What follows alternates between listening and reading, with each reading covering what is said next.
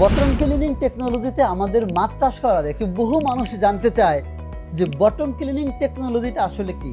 আজকে তাদের জন্য আমি সহজ ভাষায় এটা ব্যাখ্যা করব।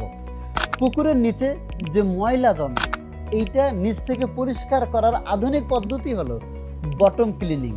এই টেকনোলজিতে আপনি পুকুরে করতে পারেন, এরকম ঘরে চৌবাচ্চার মধ্যেও করতে পারেন। পুকুরে কি হয়, প্রথম কথা হলো পুকুরে বা চৌবাচ্চায় ময়লা জমে, মাছের অতিরিক্ত খাবার যেটা খায় না ওইটা নিচে জমে যায়, মাছের বর্জ্য নিচে জমে যায়। এটা কি করা যায়? শনাক্ত করা যায়।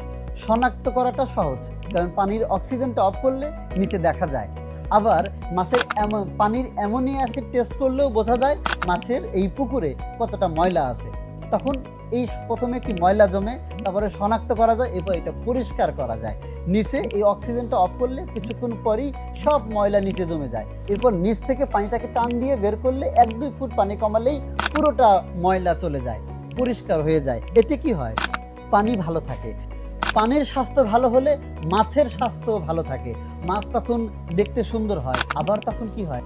স্বাদ বেশি হয়, মাছ সুস্থ থাকে। সুস্থ মাছের চিকিৎসার প্রয়োজন হয় না, তারপর অ্যান্টিবায়োটিক প্রয়োজন হয় না, অতিরিক্ত ওষুধ লাগে না। তাতে কি হয়? এই মাছটা মানুষের জন্য একটা নিরাপদ খাদ্য হিসাবে তৈরি হয়। তো বটম ক্লিনিং টেকনোলজির বিশেষ সুবিধা হলো এটা ময়লা শনাক্ত করা যায়, ময়লা পরিষ্কার করে ফেলা যায়, মাছের রোগ জীবাণু কম হয়, মাছকে অতিরিক্ত ওষুধপত্র বা অ্যান্টিবায়োটিক দেওয়ার প্রয়োজন হয় না। এটা মানুষের স্বাস্থ্যের জন্য এই কারণে ভালো। আমরা আমাদের এই প্রজেক্টের মধ্যে সুখের খামার এগ্রো ভিলেজের মধ্যে এরকম আমরা 20,000 লিটারের 100টি ট্যাঙ্কি তৈরি করব। 100 ট্যাঙ্কি মিলে 20,000 লিটার বেসিক্যালি। এইখানে আমরা আধুনিক পদ্ধতিতে এই বটম ক্লিনিং টেকনোলজিতে অধিক ঘনত্বে আমরা মাছ চাষ করব। এতে মাছের পরিমাণ যেমন সাধারণ পুকুরের চেয়ে অন্তত 3 থেকে 4 গুণ বেশি মাছ চাষ করা যাবে, আবার একই সাথে মাছটা নিরাপদ এবং স্বাস্থ্যকর হবে। আপনারা যারা সুখের খামার এগ্রো ভিলেজ সম্পর্কে আরও জানতে চান তারা কমেন্ট করেন, ইনবক্স করেন, হোয়াটসঅ্যাপ করেন, ইমো করেন। ইনশাল্লাহ খুব দ্রুত আমি আপনার সাথে কথা বলবো। Thank you.